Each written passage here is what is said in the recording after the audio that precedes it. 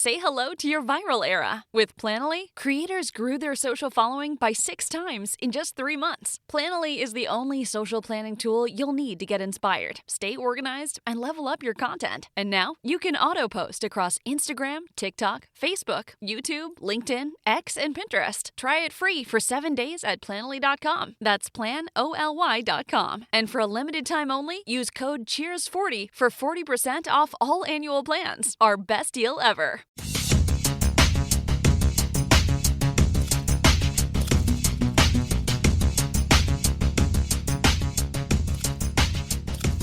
Welcome to this podcast, Season 3, Episode 15. We'll be talking about Star Trek Discovery, Season 3, Episode 5, Die Trying, as we probably will. Anyway, my name is Timitra. I am in Toronto, Ontario, and I'm joined once again by Jonathan Kuline in Mississauga, Ontario. Hello there. We also have Jaime Lopez Jr. on the line in Seattle, Washington. How's it going? All righty. It's going pretty good. Well, I shouldn't say that. We were just discussing the COVID numbers before the show, and apparently Canada's on its way to... We're into the red zone yet, or we're going to go there soon? Yeah, double lockdown. This area in particular, the Greater Toronto area, is experiencing an enormous boom the last couple of weeks, which is very troubling. Yeah.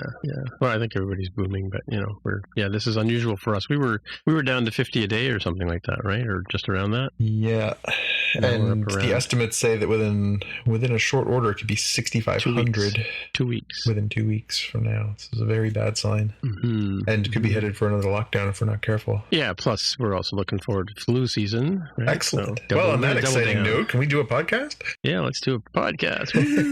Alrighty, so we had some fact check from last week. Jonathan, you get to go first because I couldn't remember Anson Mount's name. Well, there you go. Yeah, just a quick one. Anson Mount, we were talking about, of course, Christopher Pike on Star Trek Discovery.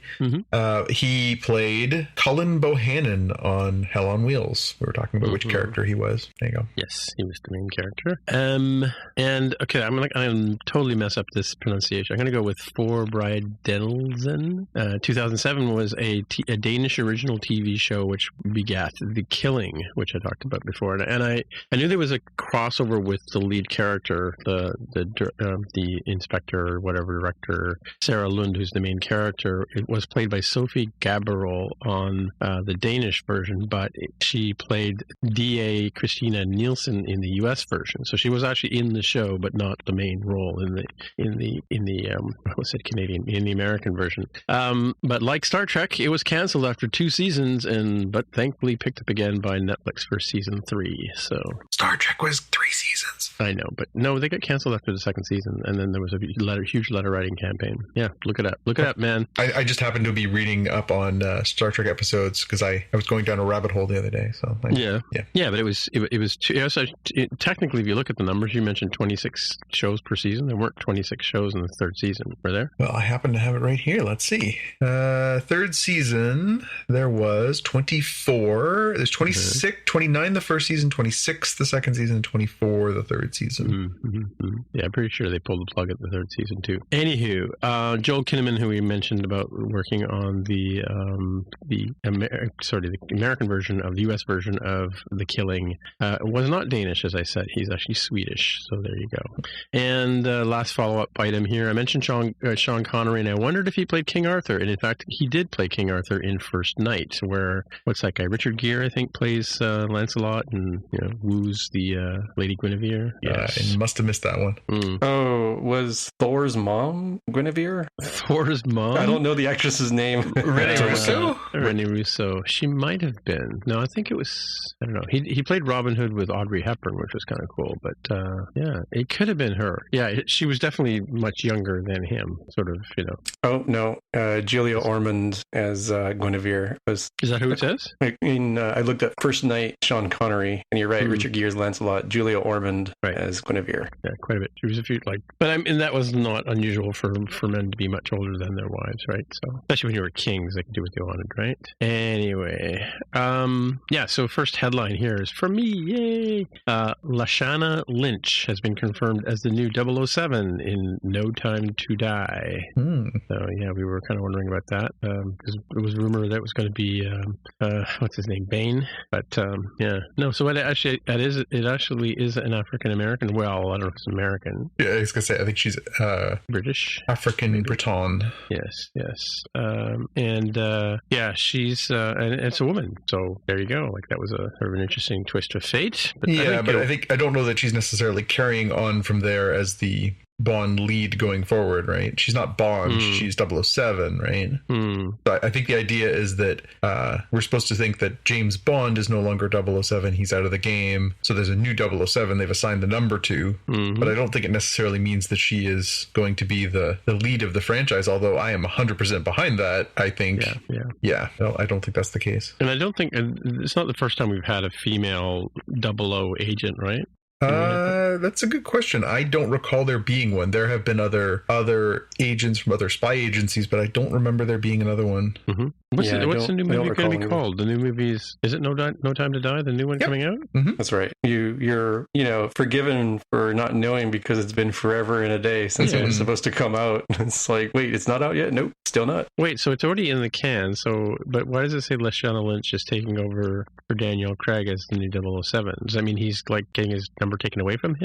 Yeah, I think in the film he is supposed to have stepped away from being an MI6 agent, and they've reassigned the 00 number to her. Okay. So she is the active agent as 007, right? But she's not James Bond. She's just 007. And the idea would be, I guess, somewhere in there, either he will, if it's the last one for Craig, maybe they'll do something wacky. But the idea, I guess, would be that he maybe comes back and gets his mojo back. He steps down from being admiral and takes the Enterprise up for one more run. Is that the idea? May well be the plot. Yeah. Yeah. So how did we not know this if this movie's been sitting around waiting to be seen by people? That there was another 007. I seem to think we. I think in the trailer they show her sort of in action. I think we knew that she was going to be a spy and that she was going to be working with him, but I don't think they ever said sort of who she was or what she was. So now I think it's the confirmation that she is genuinely taken over the 007 mantle. Right. Okay. Well, the Johnny Depp saga continues. What have we got now? Yeah. So I remember we had this discussion when the second Fantastic Beasts and Where to Find Them film came out, The Crimes of Grindelwald, because at that point Johnny Depp was embroiled in an allegation of spousal abuse, and it had sort of been all over the internet, and there was a small but loud chorus of people saying, well, you haven't made this movie yet, you should recast Johnny Depp because he shouldn't be in this role if he's the person that he's being alleged to be accused of.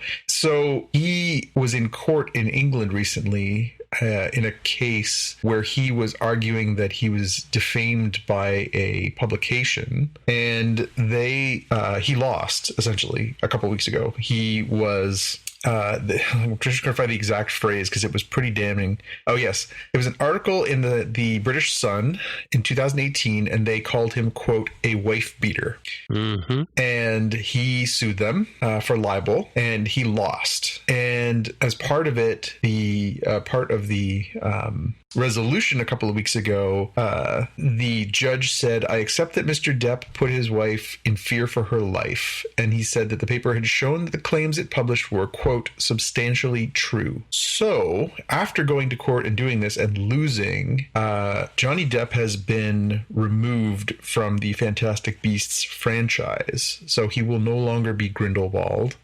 He says, I wish to let you know I have been asked to resign by Warner Brothers for my role as Grindelwald in Fantastic Beasts, and I've respected and agreed to that request. He wrote this on Instagram last week. Now, it's a bit of a nice way to phrase that. I guess the way of phrasing that is you're fired because you have in a court of law been found to have done the things that you were alleged to have done. So it's a pretty big development. So there's two things. One, I guess they have to go back to the drawing board on this franchise and find a new Grindelwald. Not to mention the fact that maybe they could find some better writing because that last one was not great. And second, what do we do with Johnny Depp now? Is he done? Is he getting the Kevin Spacey treatment here? Like, this is one of the most lauded actors of the last 25 years. True, yeah. Is this guy toast? That's a good question. Yeah, I have seen that people were petitioning to get Amber Heard removed from the Justice League reshoots, which, I think the answer here is to get Christopher Plummer as a replacement for Amber Heard. I would give everything to see Christopher Plummer making out with Drago from Game of Thrones and as Aquaman. That'd be a hell of a scene. So, wait, is Amber Heard related to Johnny Depp? Is that the wife or something? She is his now ex-wife. She was the woman who he was accused of abusing in this court case. They have since divorced. Right. She played the Mara, the love interest in the Aquaman live-action film that was done a couple of years ago. Yeah. On Netflix this week. I haven't watched it yet, though. It's not bad. I watched it. It blows up pretty good. If I wouldn't call it high art, but it's enjoyable. Yeah, I watched somebody else watching it on an airplane once, of course, with no sound. Mm-hmm. And it seemed to be like, with no sound, seemed a bit ridiculous. So yeah, I mean, it's kind of over the top and it's just right on the edge of being campy, but it holds up. It's not bad. Like I say, grab a bag of popcorn, it's fine. Yes, the Amber Heard one is an interesting one too, because in this case, which I did follow along with out of curiosity, there were some allegations against Johnny Depp was trying to defend himself and started listing off all the things that she had done in their relationship that were unconventional, and there were some rather some concerning allegations about her behavior in there too, that he accused her of domestic abuse as well, and apparently there was some feces involved in some of this stuff that happened, and so all of it is very unsavory. But yeah, where it leaves us is with a major Warner Brothers movie property without its star, and some questions going forward about what this means for the legacy of Johnny Depp. Right, yeah, for sure. Interesting. Well, he seemed to be a sort of interesting guy, but I guess, who knows? All right, let's move on to some cheery news about Netflix.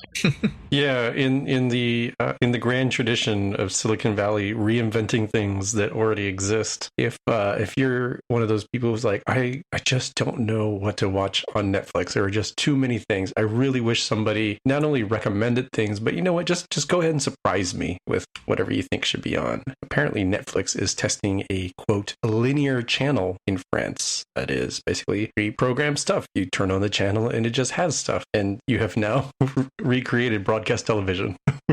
Good job, you reinvented it.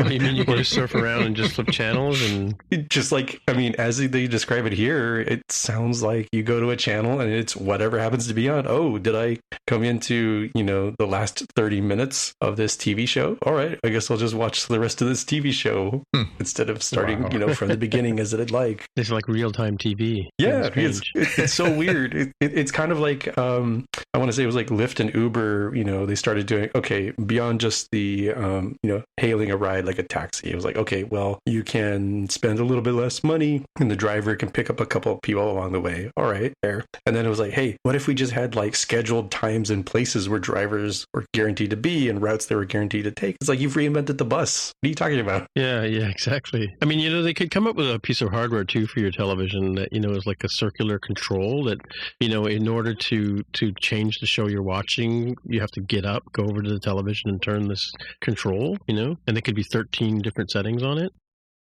No, not going to go there. You use the pliers to turn the channel because the little turning knob thing fell off. Yeah. Broke off. Yeah. Well, you can print a new one in your 3D printer. That doesn't work anymore. In fact, you can print pliers in your 3D printer too. Anyway, all right. That sounds like fun. What else is going on what's going on Apple TV Plus there, Jaime? Yeah. So this Arret Analytics research group claims that Defending Jacob and Greyhound, the movie, it's a little confusing if you're reading the article article that we'll have in the show notes for those of you transporting at home. Just go with the title here, that Defending Jacob was apparently the best TV series, limited series one that they had in terms of demand. And then when it came to movies, it seems like Greyhound, the vehicle for Tom Hanks, was the top one. And those sort of make sense, because I did very much enjoy Defending Jacob. I very much did enjoy Greyhound. And I was sort of interested to see how these other shows do, where average series demand was like, if a scale is 1.0, 29.5 times for Defending Jacob at the top. Truth Be Told, not that far behind, and Servant and Sea, not that far behind those. Then there's a little bit more drops as you get all the way down to Ted Lasso and Mythic Quest, Raven's Banquet, which are some of my favorites. So I think there's a little bit of something for everybody. Actually, you know what, Tim, we should have told Mark, now that he has a new device, he should go ahead and turn on his Apple TV Plus, because now he's got it for free and he can start watching all these shows. Oh, his new phone. Right? Yeah. And I think that might be the thing. Like, I think it was a good idea to have that stuff be free for the first year, knowing that they were going to start building up their back catalog. And now it's pretty substantial. I mean, could you binge through it all in a month? Yeah, you probably could. Should you? No, you should try to enjoy these like a normal, rational human being. And you probably could go a few months and hopefully get yourself over to the post-COVID sort of productions and start seeing new series coming out and sequels to these series. Right. So how come, where's the Tom Hanks thing? It's not on this list. It must be on a chart somewhere in one of these sublinks. The thing that they showed is a little weird. Oh, okay, right, yeah. I mean, I haven't watched there's probably 3 or 4 shows on this that I haven't. 4 shows, I guess, that I haven't watched at all. So a couple I've started and just never finished. Have they reached the tipping point for either of you on I would spend money on this? I enjoy the Apple TV experience altogether. I mean, I like the fact that except for the fact that I can't log into Netflix for some strange reason, but my Bell 5, the Disney Plus, the Apple TV, and Amazon Prime, they all seem to work seamlessly within the Apple TV experience, right? So it's kind of like Jaime was saying earlier, you just walk up to the device, turn it on, and then see, oh, look what's on, let's watch this. And not so much like broadcast television, but I enjoy that part of it. As a device, I guess that's probably the device itself, because I guess you could do that without having Apple TV as a service. Some of these shows, I mean, like, would I go out of my way for these shows? Servant was good. C was okay. It was okay. It was predictable. For All Mankind was interesting, but as a real space fan, I take a lot of exception with a lot of the things in it. Morning Show was entertaining. Mythic Quest was entertaining, generally speaking. Ted Lasso was good. So yeah, I mean, it's okay. I mean, it's comparable to Prime but not quite up to where Netflix is yet. So yeah, because Netflix always has. You can always turn on Netflix. There's always something I can watch on Netflix. Yeah, right. Whereas Prime, it's maybe there might be something interesting. I mean, there's some things that are only on Prime that you have to go there for, like Marvelous Miss Maisel and things like that, right? And some movies come to Prime only. But I honestly feel like Prime's not the content's not the problem; it's the interface. Oh, it's horrible. Prime content-wise is actually not bad. That's what I mean. The interface is impenetrable. But what's nice about it, though, is on the Apple TV Plus, if you have your Prime on the same device, it just actually, I think I have the Prime app in my Apple TV. That's what the difference is, and I've logged into it. So if I start watching something on Prime, my TV has a Prime app on it as well, right? Which is where I normally go. But if I'm in the Apple TV and I fire it up, it reminds me that, oh, this thing's on Disney Plus, or this thing's on Prime, or this thing's on Netflix, and and I just tap on it and it just automatically launches the app and starts playing it, right? So that's sort of a nice seamless experience, right? Whereas like an Animal, I have to flip through the different apps on the TV to go to those specific places, right? So that kind of, so it's partly Apple's magic, sort of seamless, integration that works well. It makes Prime way better. I mean, because you're using the Apple interface to navigate through Prime content, right? So but you're right, the actual app itself is horrible. Yeah. But I always found that about Prime. Prime is sort of like, when you used to go to the movie store, and you see the bin full of VHSs or DVDs that nobody wants, and you'd flip through them, and you might find one little nugget in there, Yeah. 9 times out of, so that's kind of how I feel Prime is. Prime's like that remainders bin, Yeah, there's all kinds of content there that I've gotten into. It's just, it's just, like I say, wading through the mire. Yeah, but in terms of back catalogs, you can't compare with like a Disney Plus, where, there's like 50 years worth of decent stuff in there, there, right? It's true, although I find my issue with Disney Plus is that there is no Hulu here as an equivalent where you can get content that's a little more mature. Up to date? Yeah. A little more mature. Not even up to date. It's a little more mature. Like, I love the Disney Plus content. My sons and I watch Simpsons episodes almost every night. Yeah. We watch, I've watched all kinds of movies on there. Of course, The Mandalorian. And I'm looking forward to lots of the content they have in the pipeline. But it also tends to skew younger, which, I don't have young children anymore. And I certainly enjoy some of the content myself without having to have little kids. But I think some of the content that's now sort of skewed towards Disney-led Hulu might be better for one of my age and television watching. That's why we have the Netflix. Yep. Mm-hmm. Mm-hmm. And the Prime. And the Crave. And the Crave, yes. Well, I don't get to Crave too often. Jonathan, Disney Plus. Disney Plus. This is an interesting one. So we got a little bit of information this week on a Disney Plus Star Wars series that hasn't gotten a lot of fanfare. So we know that they're working on, obviously Mandalorian's out there. They're going to be doing the Cassian Andor series from Rogue One prequel. They're going to be doing an Ewan McGregor-led Obi-Wan Kenobi series, but we haven't really got much information on this one that's being led by Leslie Headland. So she's working on this untitled Star Wars Universe series and has finally sort of spilled a little bit of information out there. She went on a podcast this week and she mentioned that her series is going to cover parts of the Star Wars universe and timeline that have remained unexplored for the most part until now. This is a quote. It's in a pocket of the universe and a pocket of the timeline that we don't know much about, she said. She is going to be doing this series. It's supposed to be having a female protagonist as the main character, obviously. And she said that, she's a huge fan and she really wants to sort of stretch out and do different things in here. So it's kind of a weird little teaser for this sort of unknown series. I wonder if we're going to, she hasn't explicitly said, but there's been rumors that they're going to tap into some of the expanded Star Wars universe in The Mandalorian and maybe start spreading that out too. There's rumors that, it's not a rumor. It's known that Rosario Dawson is going to be playing Ahsoka Tano. So that's a possibility, although that kind of goes against what she's saying. There's also rumor that they're going to take a character from the comic books, the new Marvel comic books that's become very popular, a character named Dr. Aphra. And there is a rumor that she's going to appear this season on The Mandalorian, and she would fit very well into that mold of unexplored areas of the Star Wars universe. I wonder if this is her teasing a Dr. Aphra series. So Dr. Aphra is this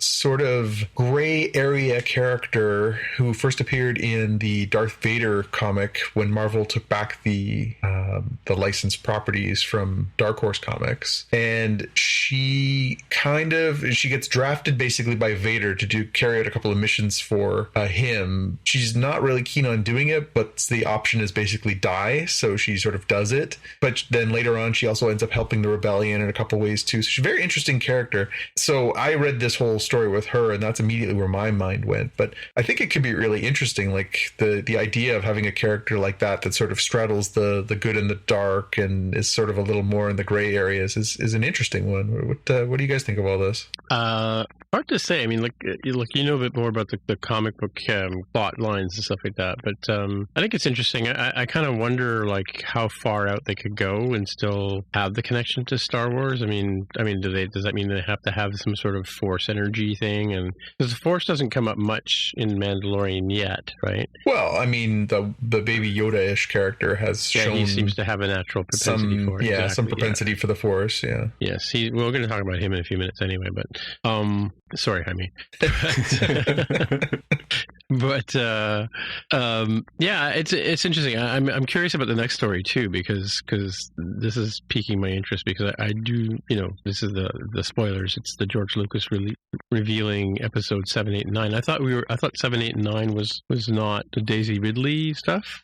Well, let's go there then. I mean, because here's where I remember, I was an adult when this kind of all sort of came down, or I was near adult when it all came down. You know, he had this Star Wars movie, and it was like, oh, it was successful. And back in the 70s, you know, the thing you did was if you had a successful movie, is you immediately came out with a sequel, right? And then, of course, George Lucas claimed that he had, you know, plans for, you know, 3 movies. And then he came out and said, I planned for, you know, 7, 8, and 9, like that those episodes would come out too. And then of course, you know, the horror we went through of the prequels. But so I'm kind of curious as what is he saying? This is the stuff he was thinking about back in the 70s and 80s, or? No, it doesn't sound like that. So okay. I guess the way that he had done it is he basically wrote Star Wars, and in writing Star Wars, he started writing backstory so that he had it in his mind. Yeah. And then Star Wars was a hit, so they said, we want sequels. Fine. So he went forward, but as he was going forward, he was also writing the backstory, and that's what became the root of the prequels. And also just the plot exposition from Empire Strikes Back and Return of the Jedi, the, you know, Obi-Wan versus Darth Vader, they were master and apprentice, the whole 9 yards. So 7, 8, and 9 was something that he didn't really think about until the 90s, when he was sort of started working on the prequels. He was sort of like, okay, I want to do this. So the story, well, I'll clarify the story. There is a new coffee table book out called The Star Wars Archives 99 to 2005, wherein the writer, Paul Duncan, is interviewing George Lucas. George Lucas spells out in this a rough outline for what he might have done for episodes 7, 8, and 9 in place of selling it to Disney and letting them do what they wanted to do. He basically says, there's this spot after the prequels are done where I thought, hey, maybe I'll do 7, 8, and 9. I have ideas. I want to do it. But as he started thinking about it, he thought, this is going to take another decade of my life. It took him a decade to do the first trilogy. It took him nearly a decade to do the second trilogy. And he was basically to the point in his life where he thought, do I really want to do another 10 years of making Star Wars films, even as much as I love this? And he decided, no, what I really love is a $4.5 million check from Disney. A $1 billion check, I should say. $4.5 billion check from Disney. So he decided instead of doing his own trilogy, he would sell all of Lucasfilm to Disney and take his very big check and walk away. He did stay on and give them basically everything that he had in mind. They apparently picked some elements out and then disposed of the rest. So this is the first time where he sort of talked about what he had in mind. And some of it is very different, but some of it is the same. So I'll read you some of the stuff that he said. This is a quote. I had planned for the first trilogy to be about the father, the second trilogy to be about the son, and the third trilogy to be about the daughter and the grandchildren. Episodes 7, 8, and 9 would take ideas from what happened after the Iraq War. Okay, you thought you fought the war, you killed everybody, now what are you going to do? Rebuilding afterwards is harder than starting a rebellion or fighting a war. When you win the war and you disband the opposing army, what do? The stormtroopers would be like Saddam Hussein's Ba'athist fighters that joined ISIS and kept on fighting. The stormtroopers refused to give up when the Republic wins. He says the Imperial Remnant would have been the main threat of the new trilogy. Their fight would have created a power vacuum that allowed the simmering power base of Star Wars criminal underworld rising to confront the heroes and the remnants alike. So it would have been a 3-faced fight, and the leader of that would have been Darth Maul, the leader of the criminal element. So as we saw him at the end of Solo, he would have been doing that. He would have been leading the criminal syndicate. And so that's gotten a lot more complicated. His plot's gotten a lot more complicated because he sold the rights. They have since written into canon in the Rebels cartoon the fate of Darth Maul. So we know what happens to him, and he could not have existed in this stretch. But yeah, interesting. So again, we'll have the link in the show notes. You can all have a read. He talks about some of the characters that he liked from the expanded universe that he thought he might pull in. He talks about how, where everybody fits in. He talks about basically having Darth Maul be this fallen Sith who's now on the side of the crime gangsters and stuff like that. But interesting that he sort of, this is the first time where he's sort of thrown it all out there and said, like, this is what I was thinking about doing this stuff. So maybe this coffee table book might be worth a look too. Cool. Yeah, it's kind of interesting to see how that might have worked. Granted, we say this with the benefit of hindsight, right? That it couldn't have been worse. Wars? A little bit less than it's like, well, take another chance, try it out. This is the Kelvin timeline version of how things went. Yeah. I mean, it's hard to. I mean, I think there's a lot of dissatisfaction around the prequels. I think now there's starting to be sort of a growing dissatisfaction around the sequel trilogy, the most recent trilogy. Really?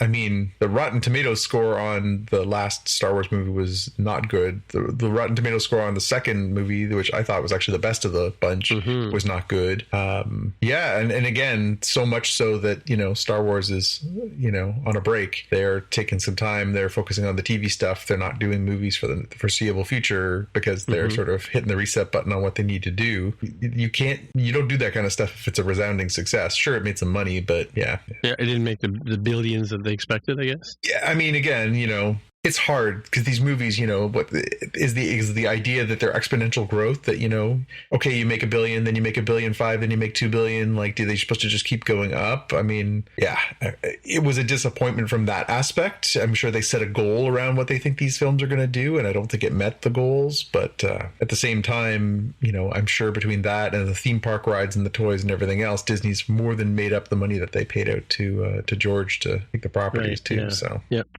But I mean, there's also, there's, dare I say it, a little bit of Star Wars fatigue, right? So I think that's true. We talked in a previous episode about Star Trek fatigue, right? The idea that things just kind of caved in on Star Trek in the mid first decade of the century. Things just sort of caved in. The TV series caved in, the movies caved in, everything just sort of stopped because there had been just this non-stop run of Star Trek shows, and they were kind of tapped out on good ideas, good characters, whatever. Yeah, maybe that's where Star Wars is. That being said, it's only been like the gap between the last film and The Mandalorian was not a long one, and The Mandalorian has been a rousing success. So yeah, for sure. Yeah, hard to say. Yeah, but maybe the format is better with The Mandalorian, like being sort of shorter, there's obviously a story arc, but shorter, sort of episodic, approaches to it, right? Serialize it. And it's depth. I mean, I think the three of us have had this discussion over and over again on this pod and offline that there's just so much more you can do when you've got 12 hours to tell a story as opposed to 2. Yeah, exactly. In 2 you're really trying to blow people's minds. You're trying to really just keep them riveted in their seats and make them feel like the money they just shelled out and that they're sitting in a room full of strangers for is worth it. That's a completely different objective than putting something on a streaming service that people can watch whenever they please, in whatever circumstance they please, and at whatever pace they please. Like that's just a completely different ballgame. True. Yeah, cool. Well, speaking of Mandalorian, somebody's been editorializing because I had put this story much lower than it is now. Well, I thought we would segue a little better if we had the Trek leading into Trek. I get. That's what I meant about the editorializing. That's me. Yeah. So he can't help it. I can't help it. Yeah, exactly. So yeah, there was a controversial, and of course, a Lucasfilm executive has defended. If you watch the last episode, the last episode of The Mandalorian, Baby Yoda does something which is kind of uncool. I mean, spoilers for those of you who haven't seen this episode. This is the 3rd episode of Mandalorian, Jonathan? Yes. So spoilers. We'll put a link in we'll put a chapter note in here. But and sorry, Hammer, just plug your ears up for a minute. So there's this character that we get introduced to as Frog Lady or something like that, and she has she's basically got a container of her eggs, and she needs to get them. She needs the Mandalorians help to get them to the universe where her husband is there, so he can do his manliness stuff to them to turn them into actual, viable eggs, right? And I'm not sure, but the article says I think there's some sort of they're on the brink of extinction. I'm not sure about that. She mentions that her family line, this is their last chance for her family line to be extended. Otherwise, it will be stuffed out. Well, that's not exactly the same as, and I'm doing air quotes, as extinction as they say in the article here. But as we know, Baby Yoda likes to eat amphibians and snakes and reptiles and things, right? Like he just likes to pop things in his mouth and eat them. And so he sees these eggs as an opportunity to have some nice, breakfasts, and he manages to grab 3 of them. And of course, we're all supposed to think, oh, isn't he cute and all that kind of stuff. And the Mandalorian's like, don't do that, stop doing that kind of thing. And so, of course, but people have taken quite offense at the fact that they built up this story of these eggs being so precious. And as I said in the article, and I was thinking this through the show, like, does she not know how to count? Yeah. The baby managed to scarf down at least 3 of these eggs, that we see, because he's alone with the container for quite a while, right? And so the argument that the executive gives is that the male frog hasn't done his manly duties to this brood of eggs, so technically they're not viable, I guess, yet. So I don't know, it's kind of hard to sort of I don't know. I mean, I thought it was a stretch, but I didn't think it was unreasonable to have one creature consume another creature, as it were, because unless we're all going to turn vegan tomorrow, mea culpa, right? Yeah, and there's a larger overall sort of metaphor in the episode too, because the baby is he's eating everything, and at one point that behavior gets them into some very, very big trouble, and I will avoid the spoilers on that part, just to say that his actions have consequences. And I think that's where you can turn it around and say, okay, well, maybe that's you see Timmy, the moment of it where you see Timmy what you shouldn't be doing. And that's where I think that sort of comes back around. I'm not sure he learns his lesson, because the last thing he does, because the last thing he does is eat the last one. But the idea is that, if he acts like that, bad things are going to happen. And the Mandalorian does actually, it seems somewhat to scold him. Like, it's not just like, now, don't do that. He's like, stop it. Like, those are not food. I don't know. I mean, it's a gray area. I did kind of cringe my way through it, because I was like, ooh, yeah, that's not good. Like, I figured the episode might play out with, like, she gets there and she's got like 1 left or some fool thing like that. As you say, like, at some point, doesn't she look down and be like, I swear there was more eggs in this container? Yeah. But yeah, it was a little. It was played for humor, and I guess it was humorous the first time, but then when it keeps happening, you're like, ooh, that's kind of gross. Yeah. Well, who knows? We're not the Baby Yoda. We don't know what they taste like, but I mean, that could just be the best giant caviar ever. I mean, you don't know. Exactly. Anyway, so you're up with the next story. Yeah, this another one we need to go too far into, but Doctor Who is filming right now and is coming back for season 13, or series 13 of the new since the relaunch. And we got news this week that due to COVID and some of the restrictions that are being placed on filming in the UK, that series 13 has been chopped from 11 episodes planned to just 8. And on top of that, they're not sure what's going to happen as far as a 2021 holiday special. Whether one of those episodes, whether the final episode is going to be saved, or if there just will not be a special next year because of this. Maybe down the road they'll film it later or something. But for right now, there is a reduction of 3 episodes and a real question mark on the festive special.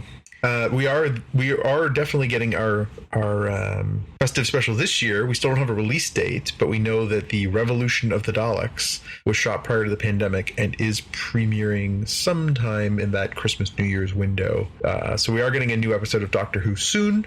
We don't know when the new season's coming back, but we do know that it's truncated. I'm kind of disappointed in Doctor Who, because this is totally the kind of thing that Doctor Who could solve, this COVID-19 thing. Like, he or she would just come and get right down to the root of it all, go talk to the wall or tree or whatever that caused the problem, and make it happy so that it would turn off. Does she speak to pangolins, or? Yeah, it's that kind of thing. Like, she would find out that the pangolin really wanted to eat the frog eggs or something. But find out it's a torrid love affair between a bat and a pangolin. Well, this is the funny thing where, like, if you think about it, like, Doctor Who's always had this ability to solve worldwide crises, you know, or you know, yeah. I mean, and not just on our world, but on multiple worlds, right? And it just seems to be right within her wheelhouse, you know. So yeah, I have to say I'm disappointed in Doctor Who. Anyway, all right. So I mean, what's up? So WandaVision is apparently got an actual release date now on Disney Plus. That would be January 15th, 2021. So I think Mandalorian doesn't go that far, right? It ends sometime middle of December. Is that right? That's a good question. I think it ends actually just before Christmas, because it's Discovery that lasts a little bit longer. Discovery goes right into, I think, the week before. I think January 8th, I think, is the last episode of Discovery. But Mandalorian ends, I think, third week of December. Okay. Or sooner, actually, now that I think of it. There are 3 episodes in. 4th episode comes out tomorrow, and there's 4 more after that. So, yeah, early December. Okay. So, well done, Disney. He said, let's just leave a little gap in there. So that people it's called the Jaime Lopez Memorial Gap. Yeah, so that people are trying to just binge straight through. It's like, well, you're going to either have to cancel for like 2 weeks and then start again, or maybe you just leave it running. Behind the scenes making of The Mandalorian from season 1, which is still good. I'm halfway through those, and you know, there's the Pixar in real life, and there's a couple of good shows on. There's one I watched the other day on the history of Pixar. I think was really good. Oh, I heard about that one, but I haven't seen it yet. I thought that sounded interesting. Yeah. There's lots. I mean, there's a lot of good stuff, and there's a lot of wide world of Disney stuff. Wonderful World of Color used to be called back in the day. Some of those are starting to surface on Disney Plus, which is kind of cool. I watched a few of those. Yeah, I remember watching them when I was young too, as a kid. Honestly, their reservoir, especially, you know, like everything that they've ever made, that's a long history of content. And then to add the Fox acquisition on top of that, like they can continue to roll out content, and they're developing obviously new stuff. Like it really is a treasure trove. Like it's a bit of a bargain when you look at it. Yeah, you could just start with episode 1 of The Simpsons and just let it run and just never have to change the channel for like a year, right? Yeah. Well, I mean, my sons and I and my wife will sit down in the evenings and watch usually, you know, 1.5 hour program. We'll have a snack and we'll get ready for bed. We've gone through a lot of different TV programs over the past number of years. Thankfully, as their tastes have matured, we've been able to watch some different things. But The Simpsons, since it came to Disney Plus, has been one that we've been enjoying. And I think we're into season 8 or 9 now. And we've been watching it for months, and we're only up to season 9, and there's 30 seasons. So, you know, if we continue at this pace, we'll still be watching it by like next summer. Yeah, for sure. Sorry, Jaime, you were talking about WandaVision? No, it's good. I was watching FXX or something, you know, a broadcast channel that had a whole bunch of earlier Simpsons. It was definitely within the first, 5 or 6 years, and that was kind of nice. So I could see just filling the 2-week gap with Simpsons episodes, waiting for WandaVision to start. I think it'll be worth that one alone. I mean, WandaVision looks like a really interesting concept, and then to know that they are sort of using it as not just a standalone product, but that it is going to have ramifications in the movies whenever those return. Apparently this will set the stage for the new Doctor Strange film that they're working on. Obviously it's got ties to what happened in the last couple of Avengers movies. You know, having the Marvel TV stuff connected more stringently to the Marvel cinematic stuff than it has been in the past. There was some ties between, Agents of S.H.I.E.L.D. and some of that stuff, although, looser ties. And the Netflix stuff, same thing. There's acknowledgement, but not a lot of involvement. To have that now under one umbrella, I think it's really exciting.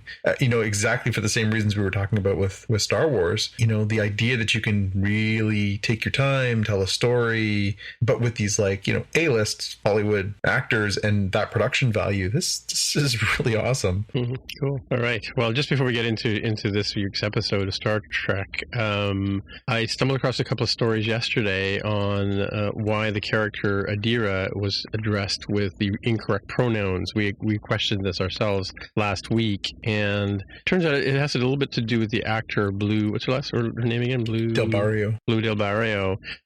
She was saying that when she auditioned for the show, she was still in acting school, and at that point in time in in their life, they hadn't come out to their parents yet. And so it was all right for them to be addressed with the pronoun she or her during the making of the show. So as it is now, when you're talking about these two characters, one is Gray as a transgender character, and what do we say?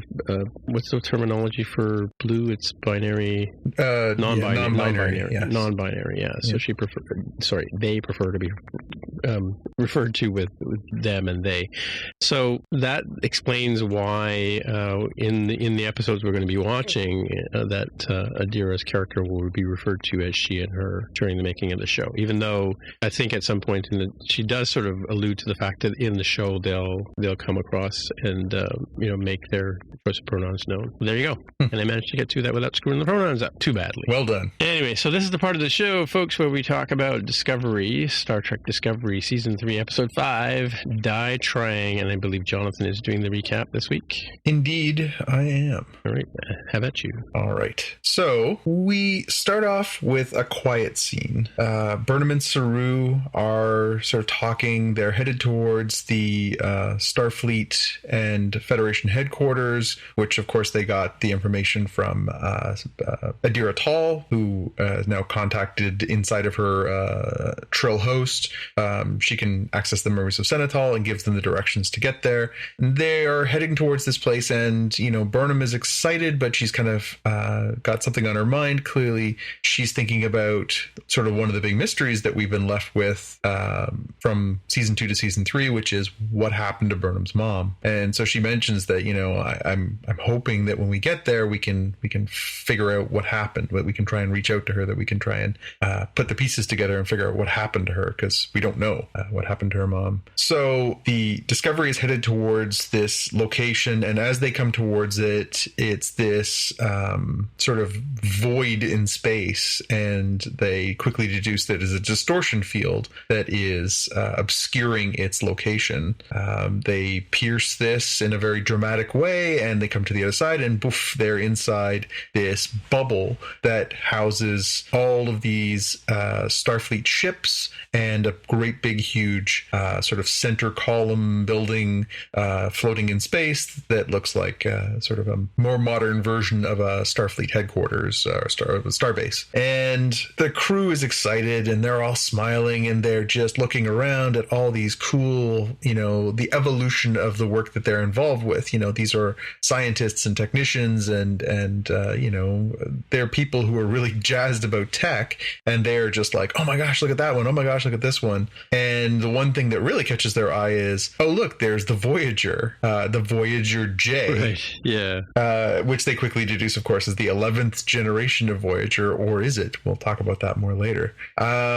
So they make contact. They say, hey, we're here, reporting for duty. They get the word from the headquarters that they're going to beam Saru, Burnham, and Adira Tal over to the headquarters, and everybody else can stay put. A nice little moment here where Saru gives the con to Lieutenant Nilsson, our beloved Canadian. Lieutenant Nilsson takes the command of the ship. There's a Canadian in charge of the disco. I know. Shooting for everybody. Yeah. With some lines, too, because I had been very cynical about Lieutenant Tax Credit there, that maybe it was a little unfair. Maybe they were just slowly working the character into the show. Yeah. And this whole opening sequence, really, it's everybody's smiling, everybody's happy, everybody's excited. It really is a real pivot from last week's episode, which is a real sort of slow burn downer, everybody coming to grips with the separation and the anxiety and the stress that they've all gone through. This one, it feels like it just lifts off them like a cloud. They're all excited that they're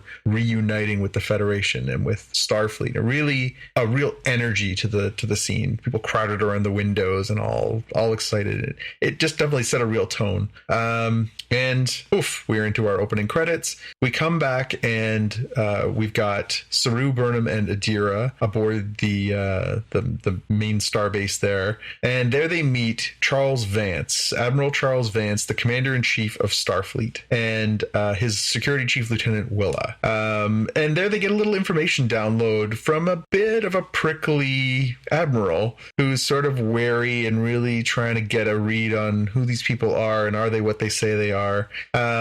We find out that Kaminar eventually joined the Federation, so a real pride for Saru to know that his people not only, evolved from the place that he obviously helped them get out of, where they were kind of oppressed, but to the point where they became an independent species and eventually joined the Federation. So he's just chuffed. We also get a little information that there's this syndicate, this sort of crime group led by the Orions and the Andorians. The Cuyahoga is reporting the Orion and Andorian vessels in the Sigma Draconis system. It's the Emerald Chain. So now we get our first clue that this is, this something is going on there. And they mention the name Osira. Osira is brazen, Vance says.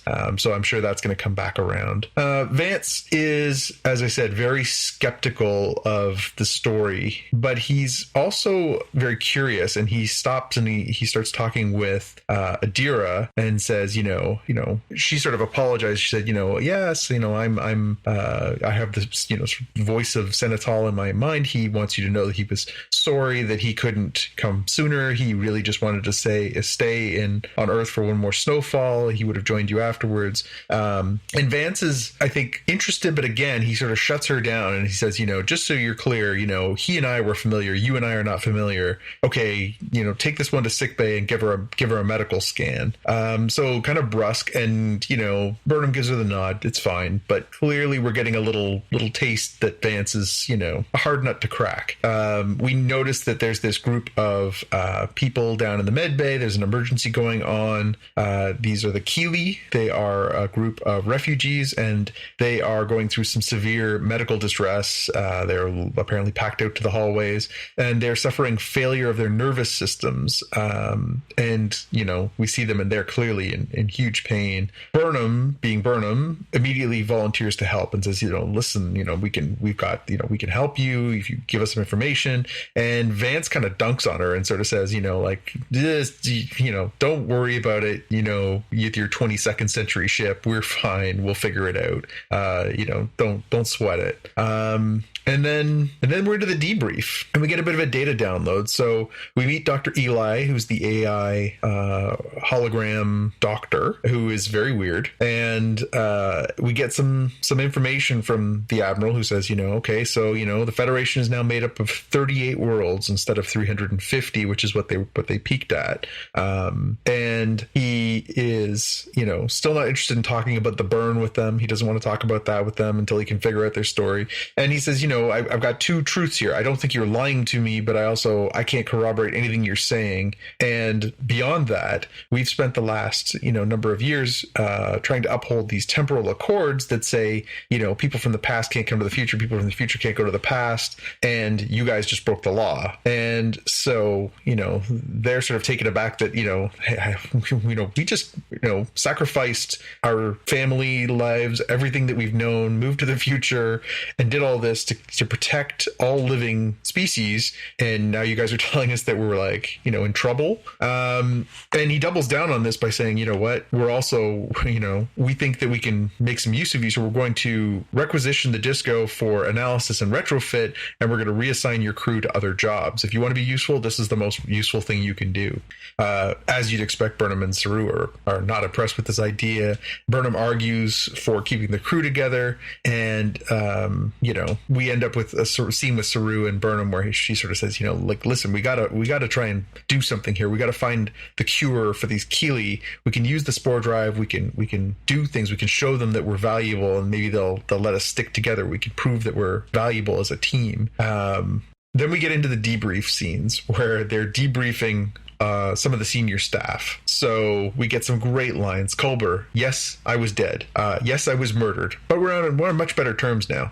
Reno, it was raining Starfleet officers when talking about Pike and Burnham going down to rescue her. They're getting questioned about the Emerald Chain, so they think maybe they're involved with them. Tilly says, I was a Terran captain / dominatrix.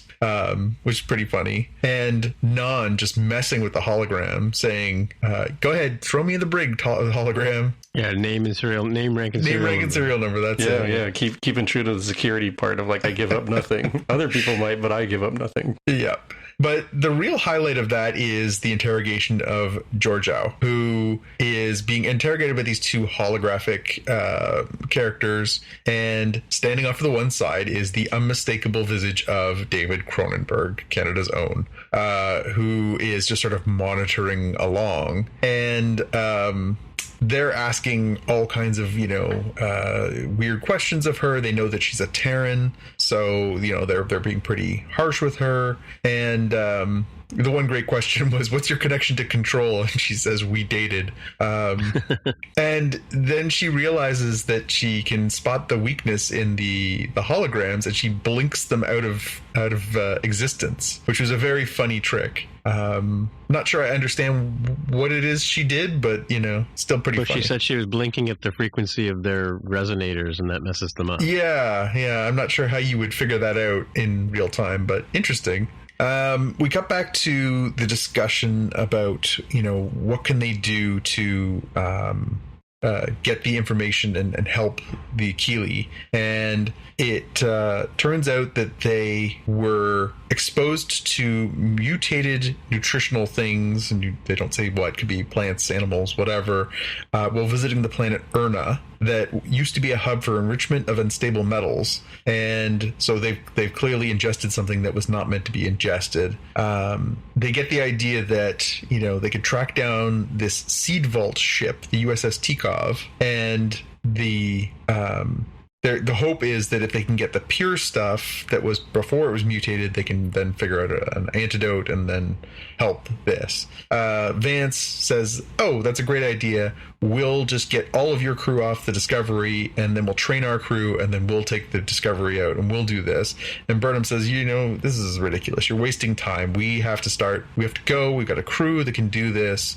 Let's just do it." And Saru, ever the diplomat, a lot more cool-headed than Burnham, says, "Listen, let Burnham go. Take Willa with them, and I'll stay here." And Vance basically says, "You better hurry up, because if you don't, your captain's going to be the one who pays for it." So again, continuing to be a real prick. Disco goes. Oof, they do the black alert. They jokingly and with a smile say, "You might want to hold on to something to Willa." They do a black alert. Oof, they spore drive out to where they think this ship is going to be, and Willa looks like she's going to throw up on the bridge, which is pretty funny. They come to the edge of where there is an ion storm happening, and inside the ion storm is the Tikov. There are these huge energy waves that are cresting off of the ion storm, and they're buckling the front of the ship. They're knocking the shields down. And when we see Detmer, who is still struggling from her experiences over the past few episodes, the crash landing, going through the wormhole, all of that is still weighing on her, and she's struggling, and she's not sure what to do. Owo, sitting next to her, leans over and, gives her some encouragement, says, "Listen, you got this. You can do this. Don't panic. We got time. We're fine."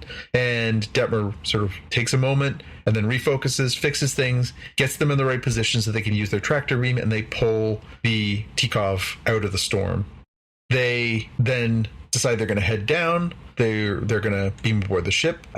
They know that there's a Barzon family inside taking care of it. That's the species that Non is. So they decide that they're going to head down there. So it's Culber, Burnham, and Non headed down to the seed ship. And Non is particularly chuffed because she finds out that not only are the Kelpians members of the Federation, but so are the Barzon. And in her timeline, she was shunned for the fact that she joined Starfleet and aligned herself with the Federation.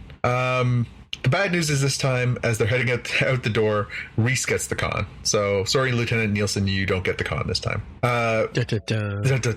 We head down to the seed ship. They go inside, and the seed ship isn't just a seed ship, it's a jungle in there. And they're like, huh, that's weird. Non gets down there and she can take off her breathing apparatus. It changes because the atmosphere there is calibrated for Barzon. And when she takes off her device and she starts breathing in this air, her eyes change color and she looks very different, and it's very kind of odd. They are having a look around, and we see these sort of shimmering distortion of light. Something is clearly off. My mind immediately went to Predator. Something. I mean, come on. They're in a jungle. There's things. It's just shadows and distortions. Predator. Get your ass to the chopper. They then cut back to the interrogation of Georgiou by the unnamed character who I will be calling Cronenberg going forward.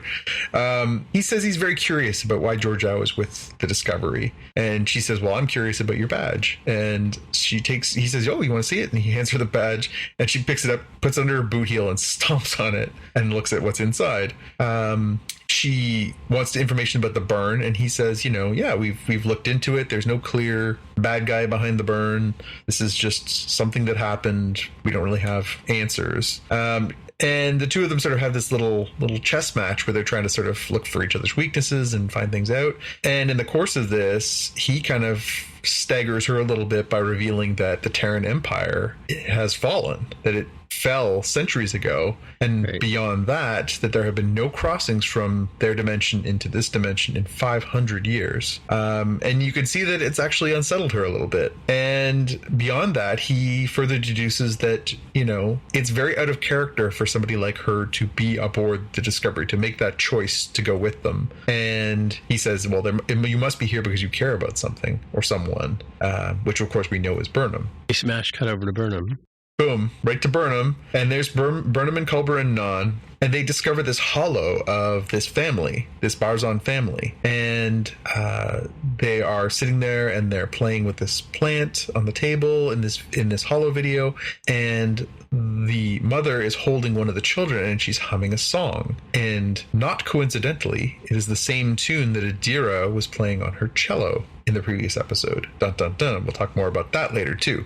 In this moment, we cut in a little bit on Non, and Non is clearly missing her Barzon existence. She's clearly, she's seeing this family, and it's reminding her of home. We then learn a little bit about what had happened to them. We turn off the hologram. Non starts going through the computer and discovers this holo of Dr. Addis, who's the father of the family, and he simply says, well, there's this light. This light hurt the family, and he's trying to figure out a way to help them. And then we see Burnham and Culber discovering this chamber, and inside the chamber are these cryostasis pods, and inside the pods are the mother and the two children. But Culber quickly says, they're in these pods, but they're dead. From there, they deduce that Addis must have broken into the seed vault, planted all these things, nurtured them in this Barzon environment that apparently is very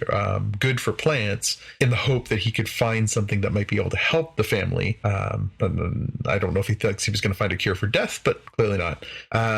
Burnham's inside the seed vault. She's trying to figure out what's going on in there. How does she access it? She can't get in. And Addis sort of appears out of nowhere and attacks her. She defends herself. And then he just sort of vanishes in this weird sort of distortion again. So we realize that, he's the Predator. And they deduce that he's just seems like he's out of sync. Things are not right. But they know that they need to figure this out because clearly this seed vault is only going to respond if he helps. They need his voice. They need his access codes. They need to be able to have his support in order to complete their mission. They figure out that through the engineering team, so Reno and Tilly and Stamets, along with Willa, are in the engineering department. They're trying to figure out what the heck the problem was, how things had gone wrong. They detect the presence of beta particles, and they figure out that there was a coronal mass ejection, a CME, or a star burp, that had happened about 6 weeks previous, that they had been in close contact with, and that had been the bright light that had clearly killed the 3 members of the family. And at the time that he was trying to teleport, I guess, he was trying to use the transporter, Dr. Addis got moved into this weird place sort of halfway between reality and distortion. They are trying to figure out how they're going to get Addis's attention. They decide to go a pretty extreme route. They decide they're going to turn the cryotubes off. And when he shows up and realizes, like, oh no, I got to stop this, they then lock onto him and they beam him back into full existence. Addis still won't unlock the vault. He's not interested in it. Nan's not getting through to him. She's trying to talk to him, Barzan to Barzan. It's not working. And Culber sort of says, you got to go talk to him. You got to level with him. Like, he's got to accept where things are. And so Burnham talks to him and sort of says, listen, your family's dead. You can't save them anymore. And we're really sorry about that. But there are people who are suffering and you can save them and you have to help us. And this gets through to him and he reveals the passwords. The passwords are Amma and Tulpra, which were the names of the 2 brightest moons, most beautiful moons in the Barzan system, but also the names of his daughters who are now gone. They get the seeds they need. They're ready to move on. Addis says, you know what? I don't care. I'm not leaving. I'm not leaving this. This is where I belong. This is what I'm doing. And they said, listen, you've been exposed to this radiation. You're going to die. Like, you can't stay here. And Nan says, you know what? I'll stay. I'm going to stay. I'll stay with him and I will take over the mission.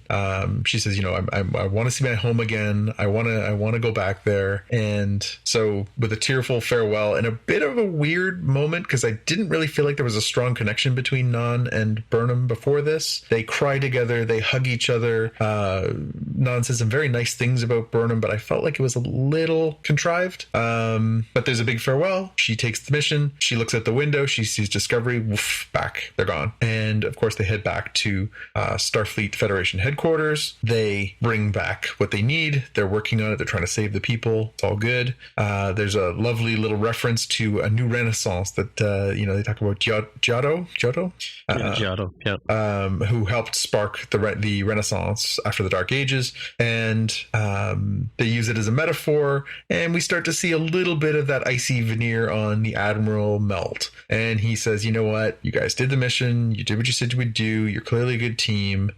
You guys can stay together, but you do what I say. You still work for me. I'm the Admiral. You're under my command. And they're like, fine. And just as they're ready to go, Saru's like, let's get out of here. Burnham says, no. We need to know. We need to know about the burn. And he says, listen, there's conflicting rumors. There's conflicting theories. Nothing concrete. We really don't know what caused the burn. And Burnham says, challenge accepted. This is clearly not going to end with, good enough. We just don't know what happened. So then we get a little recap. We get a little bit of, it seems too coincidental that the music has been playing in different ways. So, they touch back on that, sort of set the stage for that to be a mystery for a few more episodes. Georgiou is sort of standing in the hall, staring off into space. Burnham is talking to her, are you okay? Is everything all right? Or whatever. And, Burnham's expressing concern, and Georgiou, now that she's been called out on having this weakness for Burnham, is a little bit icy to her too. Right. But catatonic, like she's like not moving for like a good minute, right? Yeah, she's really like, she's not just, in her own moment. Yeah. She's clearly somewhere else in that moment. So interesting to see where that goes. And then we wrap up with, where we started, Saru and Burnham talking, and Saru saying the same things he's been saying to Burnham for several episodes and also several seasons. You got to learn to play nicer with the other kids. You're going to have to control, the way you talk and the way you act around people like the Admiral. Be nice. And and we wrap up there. Same thing happened on Young Sheldon today too. Play nicer with the other kids? Yeah, he gets a job as a docent in the train museum and ends up getting fired because he keeps, correcting the head guy, the head curator. Yeah. You got to learn to play nice with the other kids, Exactly. So what are your impressions overall of this episode? This was another long sort of twisted storyline. This like a lot of different plot lines in this one. I find it odd that, like, I've been through a couple of restructurings. I've been through a couple of company mergers and stuff like that. And when you're the person being merged into, like the Discovery arriving at this new Federation, for what it's worth, they're sort of the bigger stakeholders in this thing. It's not surprising that they would be told, no, you can't do that. You're not going to be the heroes that you think you're expected to be, even though we are watching a TV show called Star Trek Discovery, right? And we're, so that's the first thing. Second thing is, like, it would, in the original series, I was thinking it wouldn't be unusual for them to be, for the guy to say, you've committed a crime, take them to the brig. And then Scott or Kirk and Spock and McCoy would be examining their nables saying, what did we do? Kind of thing. And how do we get out of here and whatever. But so it's interesting from that perspective. Of course, they have to go off and solve the problem, but I didn't get why she's so adamant about the fact that they could solve this disease that these people have come up with. I mean, other than she does say halfway through the episode that they're a science special, so I guess that's in their wheelhouse. But I found that odd, that would be the story. And then this sort of bouncing over to the seed ship, and then the whole subplot, storyline of this family and this guy. That again was like another Doctor Who episode where the guy's like become a specter, and the family's dead and whatever. And then in the trailer at the very beginning, how you're always talking about the telegraph things, right? Because it's Non who says that Sarah Minich's character, originally Ariam, she sacrificed herself to save Burnham, even though she would, like, it was a great warrior move. She says this to Philippa, right? Yep. And then at the end of the episode, that same character decides to basically give up her commission on Start with the Federation to take over this seed ship. Again, why? Yeah. Because it was run by, because she can breathe the air? I don't know. I mean, you're going to hang out with this ghost guy now? What's the story? Or I guess they're the last two people of their civilization or whatever? I don't know. Yeah, I don't know that they are, but I did find it strange because they do say, like, you're going to die without medical attention, and she says, well, I'll stay and finish the mission. But does that mean that guy's going to die? But is he going to, with the Discovery, to get the thing? And I thought they were going to pull the Titan out of the ion storm. I thought that was the whole point of the tractor beam, right? Oh, the Tikov thing. Tikov, yeah. Yeah, they did. They did. Yeah, well, why wouldn't they just tow it back to Federation space? Because it's not supposed to be in Federation space. That's the whole point of a seed vault, right? Like, there's a seed vault here on Earth too. There is a seed vault. It is in, I believe, Norway, in the middle of effing nowhere, and it's there for a reason. It's because if all hell breaks loose, it'll still be there. And so the idea of the seed vault being a ship in this case is that it's not tied to one place. It is out away from everything else. Because if somebody attacks the Federation / Starfleet and they lose that, it's gone. We don't want to lose our carrots and our potatoes. You got it. You got to get those space potatoes. Yeah. Those are the Mark Watney potatoes. Those are very important. Yeah. Another thing about the music too, I found that the music, the part where she's in the seed vault reminded me a lot of Jean-Michel Jarre music, right? Like it was almost the Oxygen, movement, from his album. And because I was thinking during the whole show, there was a lot of weird sort of instrumentally music in this episode, more than I'm used to seeing or hearing, I guess, right? Yeah. I just found it odd, Yeah. I guess they use music to move the emotion along and the plot along a bit, right? Yep. I mean, how about you? What did you make of all this? Yeah, that is pretty neat. I think something I'm seeing as kind of a structure here is kind of an evolution of what season 2 was, where there's overarching sort of through line for the story, but you can mostly watch each of these episodes of this season largely out of order, and you'd still kind of pretty much know what's going on, or at least enough to get the gist, which I think is probably going to be the right balance where, every episode is the new, what's going on in the Federation or the tatters left of the Federation episode, but they're slowly getting to, a better path forward, where it seems like they have to not only figure out what's going on with former Federation worlds, but convince them, hey, y'all should reform and have the Federation as a combined union again. And there's this thing of like, well, but it might be sort of difficult without understanding what the burn was, because I think people might be understandably not really keen on being vulnerable again, right? Like we saw that Earth had made itself very insular and like decided to be, well, we're self-sufficient, so forget everybody else. Right. Yeah, I thought there was a good moment in there where towards the end of the episode where Admiral was it named Vance says, when they're talking about sort of the circumstance that they're in, he acknowledges that they've been in this sort of triage mode post-burn for 120 years, where it's been about salvage, protect, prepare, defend, sort of get things out. They aren't thinking about the big picture. They're really focused on making the best of what they've got and trying to sort of do the best they can, but they aren't really thinking about that. And that's where that metaphor of the Renaissance comes in, right?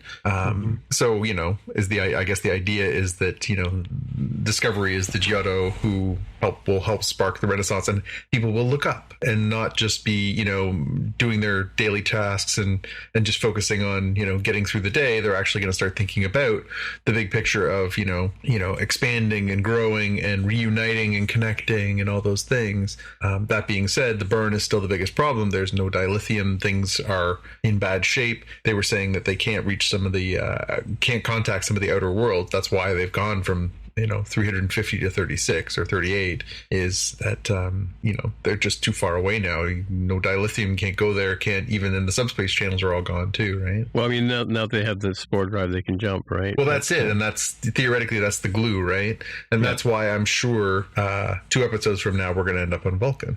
Yeah. Well, and just to come back to the analogy of the Giotto coming out of the dark ages is that, the 3-point perspective is what Cyrus talks about.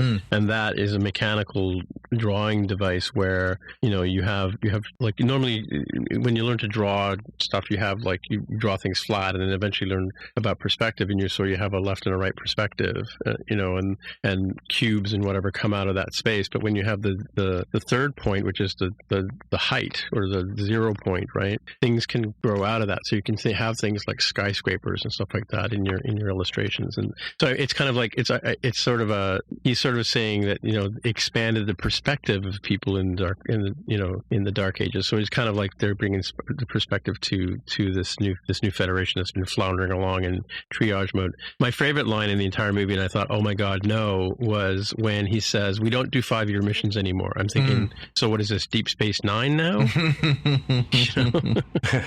I mean, that was over by TNG though, right? It was just the continuing mission. Yes. Until this ship plows into a mountain or something. We just keep going. Well, but back in Discovery time frame, it was like the ship or 1 or 2 ships before the Enterprise, which had 5-year missions, right? Yeah.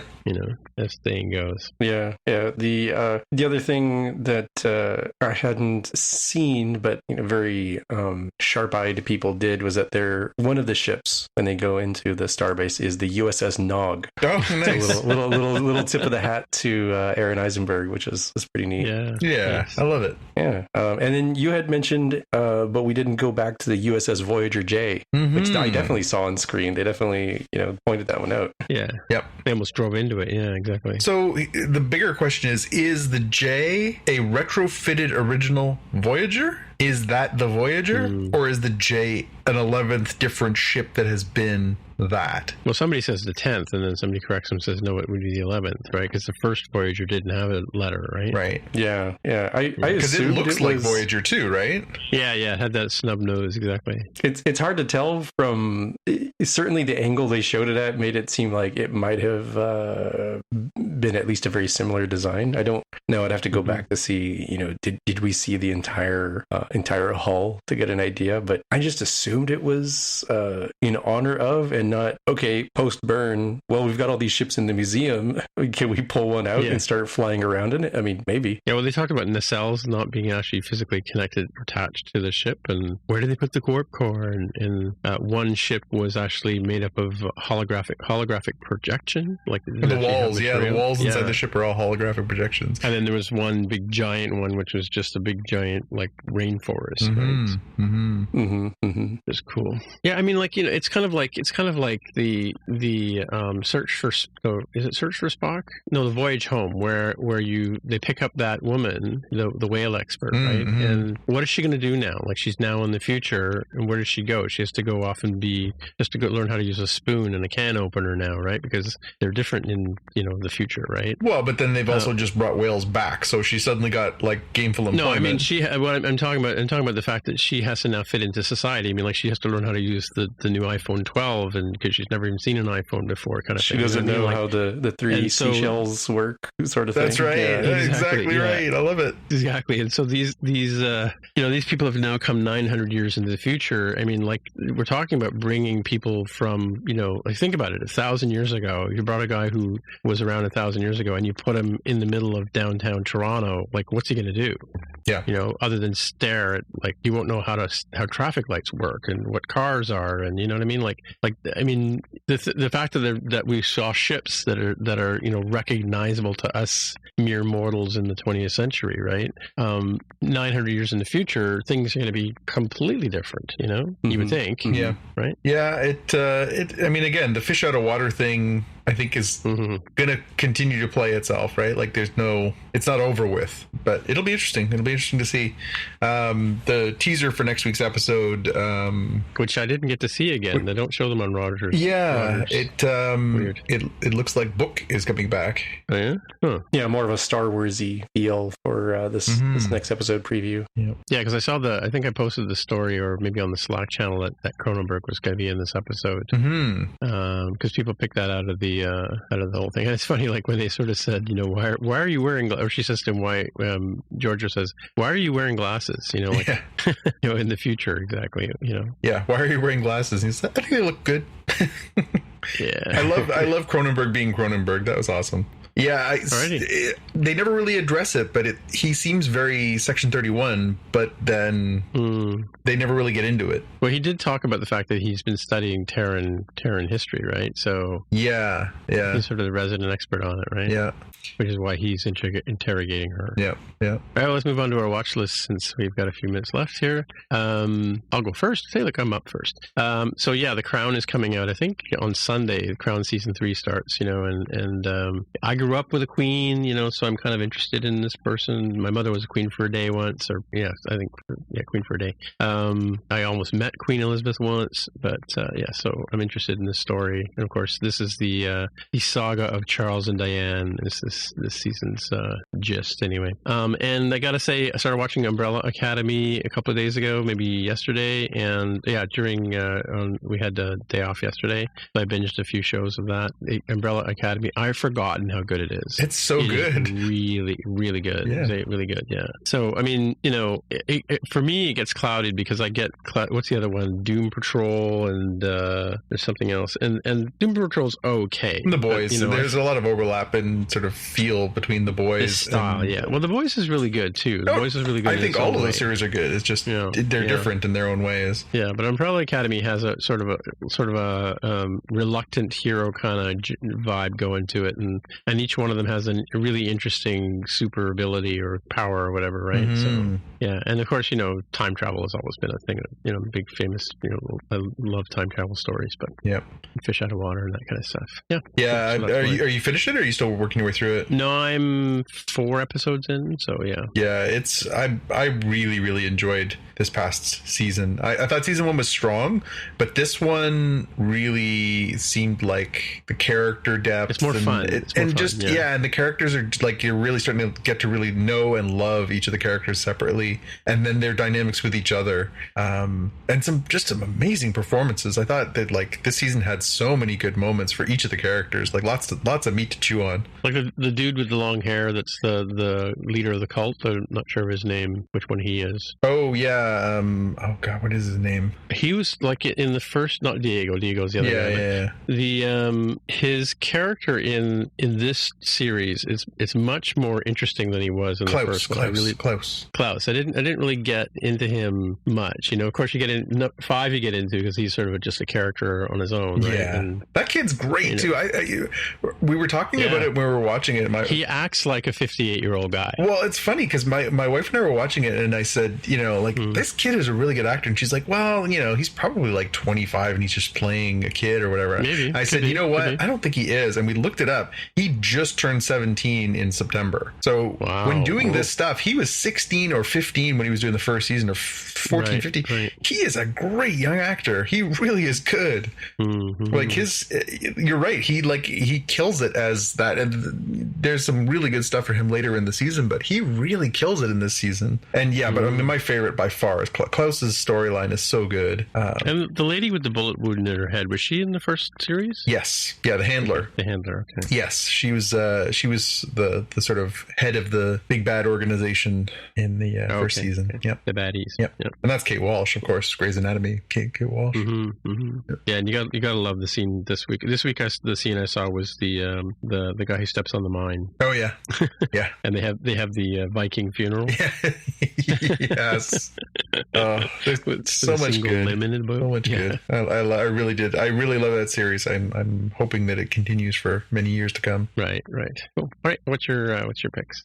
So we had talked about this one several episodes back, that it was on my to-do list, so I started to doing it. Truth Seekers, which is a show or a movie? It is a TV program. It is an episodic TV program on Amazon Prime. This is the one with Nick Frost and Simon Pegg, of course, famously Shaun of the Dead.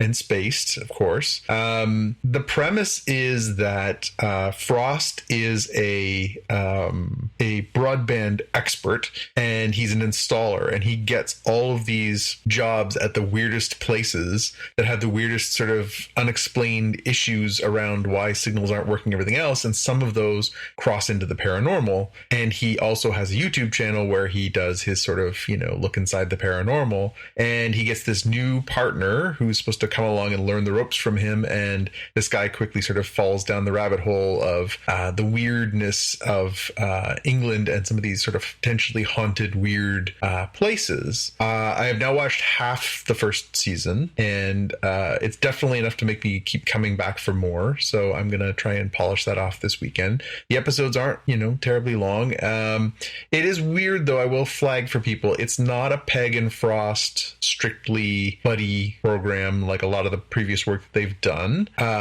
Pegg plays Frost's boss, and he usually only has like 1 to 2 scenes per episode, and they only last for a minute or two. So he's not a central character. It's really focused on Frost and his partner, this installer whose name is Elton John, and it's sort of about the two of them going off, and basically they check in with Pegg. Pegg gives them an assignment, and then they go off to the sort of haunting of the week kind of deal. But it's good and it's funny. Malcolm McDowell plays Nick Frost's dad, who lives with him.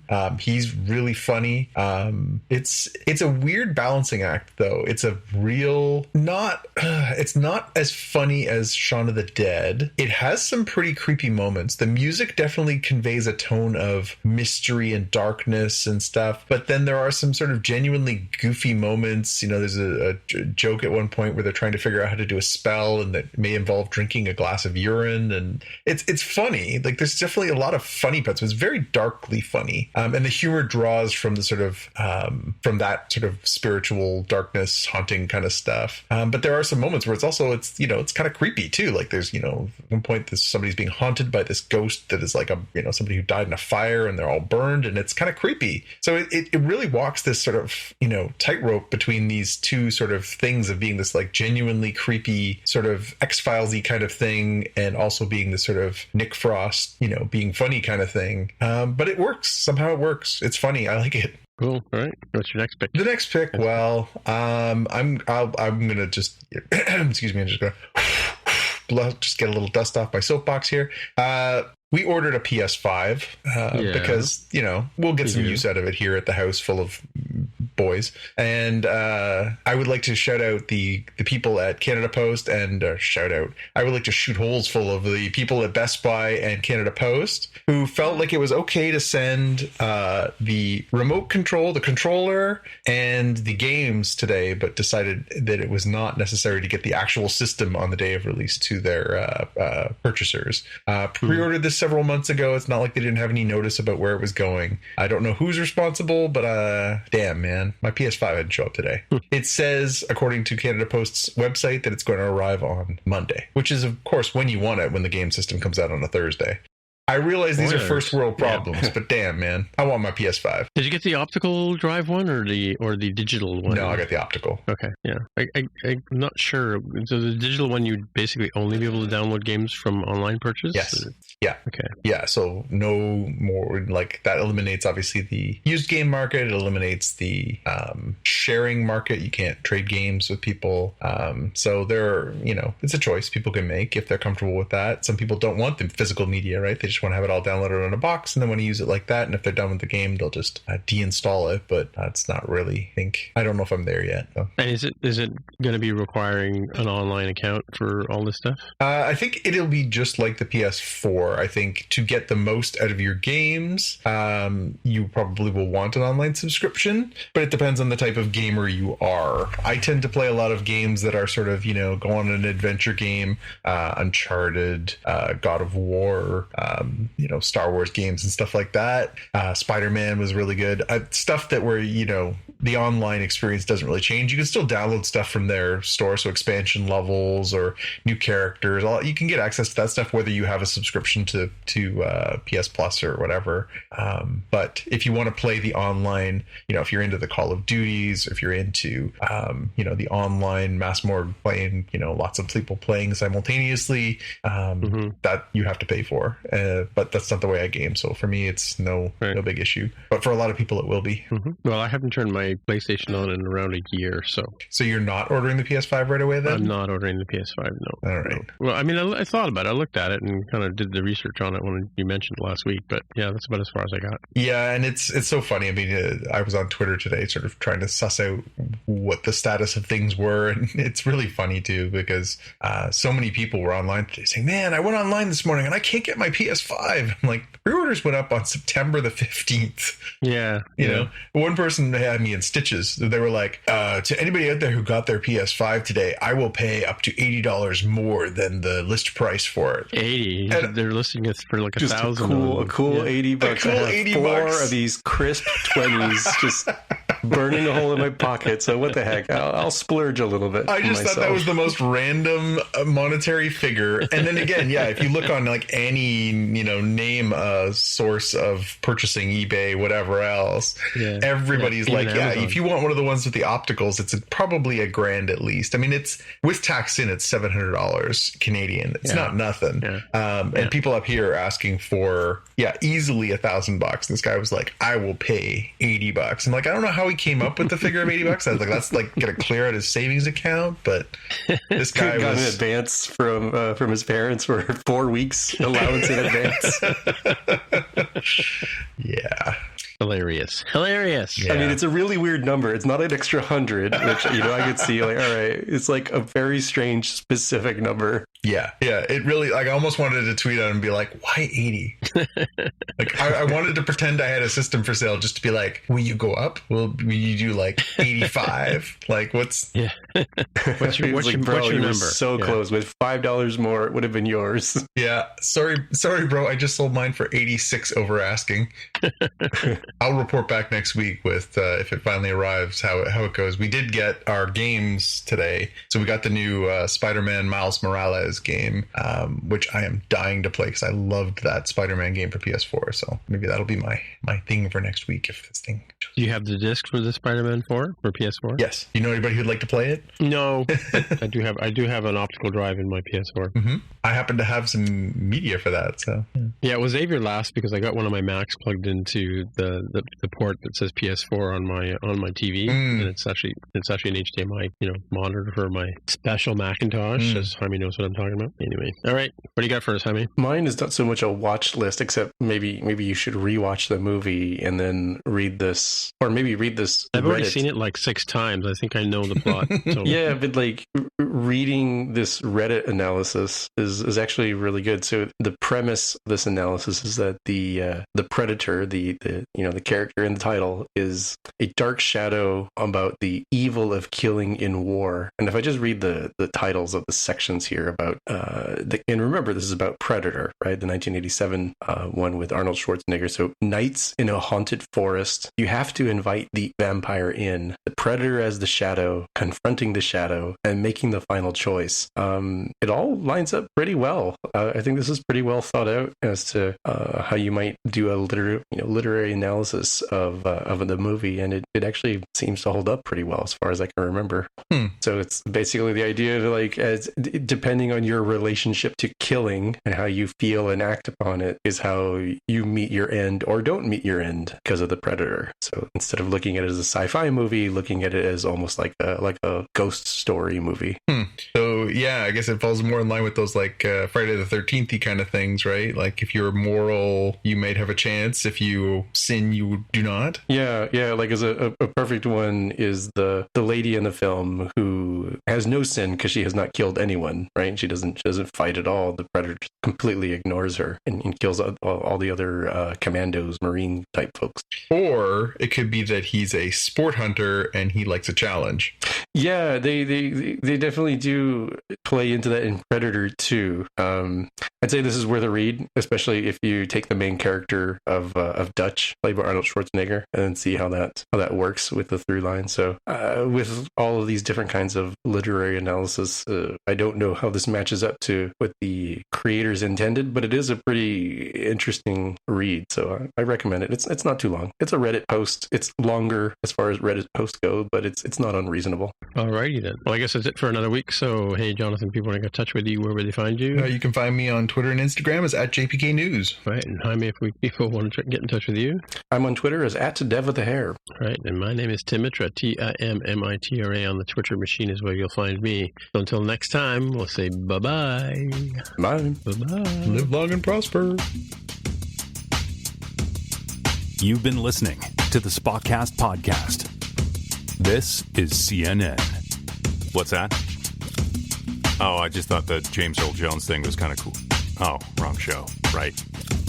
If you want to find out more about the podcast or see the episode show notes, visit the Spotcast website at spotcast.com. You can get in touch with us on the website or follow us on Twitter @Spotcast. If you have feedback or questions, send us a tweet with the hashtag AskSpotcast. If you like the show, please consider recommending us to a friend, writing a review on iTunes, or pledging any amount at patreon.com/Spotcast.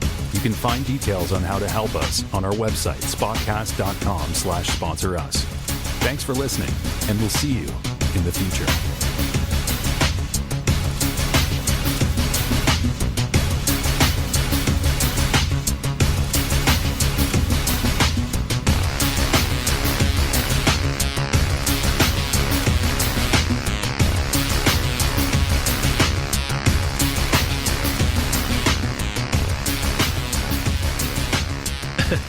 That could happen. I need to prosper now because I have to pay for my PlayStation.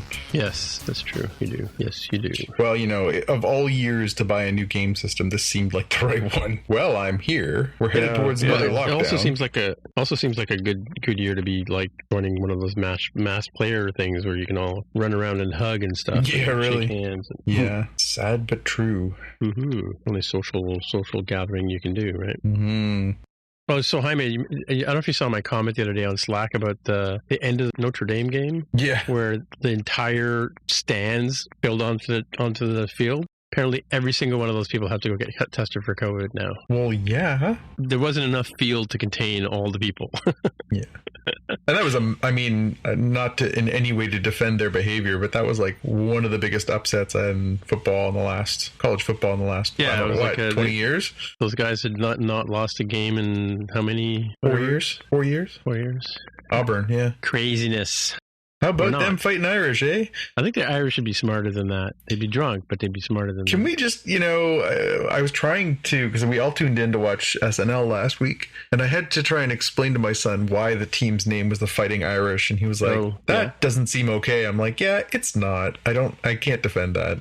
Oh, the whole Irish, it's a Fighting Irish? Bad racial stereotype. Yeah. Yeah. But you know what? If we get rid of all the sort of stereotypically bad names for sports teams, we'll end up with Leafs. No, Wildcats. Everybody's the Wildcats. Well, no, the Wildcats, that's stereotypical. Like that's like putting, slanderous to cats? Cougars and stuff, like, giving them a bad name. Some Cougars are nice, vegetarian, rabbit loving. Well, that team can be called the Happy Cats. The Happy Cats. The House Cats. The House Cats. Well, House Cats can be pretty nasty too. Have you ever never seen a cat up on your desk? Well, you're supposed to be nasty. It's supposed to be a sports team name. Fell off if I just pushed it off. Yeah. Well, no, I know exactly. I know what you mean. Yeah, you're right. Well, it could be called the Celtics. Yeah. I feel like that's better, although Which is actually Celtics, but never mind. Yeah, their logo is a little mildly upsetting. That's the little leprechaun-y guy or whatever. Yeah. I don't know. Let's deal with the big ones first. We got rid of the Washington Football Club's name. That's a good one. There's some other ones that are pretty upsetting that need to go first. Cleveland? But eventually, and Atlanta baseball. We have to, maybe eventually work towards not, vilifying the Irish as pugilistic when inebriated. Yeah. As someone with perhaps a smidge of Irish blood. I have a quarter Irish. Do you? I am. My grandmother was a Williams, just like your cousin. In fact, who knows? We might be related. Knowing those Irish. Well, that would be that'd be a thing. You missed that one. I used to work with a guy whose his last name was the same last name as my Henson? Maternal great grandmother, Robson. Oh, Robson. Oh, really? Okay. And I wondered, if I traced that out. But then anything with a son is always a bit of a mixed bag, because that just means that they were named after someone's son, and what does Lopez mean, by the way? I think it is related to wolf, if I'm not mistaken. It's got the same root word as lupin. I guess lupus is kind of the same thing too. Yeah. Cool. All right, that's pretty badass. It's far better than small cow. And Junior means son of too, by the way. It does. So you're son of a wolf? He's son of Jaime. Yeah, I guess. I don't know why people did Junior and not just like the numerals, like you would have like King Louis the 13th. Second, third. Well, like I understand that particular choice that I made there was, they don't necessarily have to have been related because of the way that royal names work. But, going along those same lines, it's like we don't have a word for the third other than the number. Right. Yeah. It's not like, thrice or thrunier or some other three sounding thing. Just 3, 4, 5. Yeah. So I went to a private school when I was in 13, 14, or 12 and 13, and they had a tradition where you were called by your last name. Like you weren't called, I would be called Mitra, I would be called Tim, right? Even by the teachers. And that's where I got the Esquire, because my dad would have been, Mitra Esquire, and I would have been just Mitra, right? But if there was if there was a brother, there would be major and minor, right? So, and if there was 4 brothers, it would be Maximus, major, minor, and minimus. Like, I guess the Latin, right? And that's how and then there was one guy who was, I don't know if you've ever heard of Harry Oakes. He was a guy in Bahamas or Bermuda that got murdered at one point. I went to school with Sir Harry Oakes III, or Harry Oakes III, I guess. And he would have been he's probably Sir Harry Oakes now, because that kind of lordship goes to the... Yeah, it's hereditary. Eldest son. Yeah, there you go. Interesting. Yeah. Anyway, that kind of sort of answers, doesn't answer Jaime's question, I guess. I don't know. Junior, whatever. Yeah, it's getting a little grim out there. Yep. I wonder if they are gonna... I don't know if it's time to stock up on toilet paper again.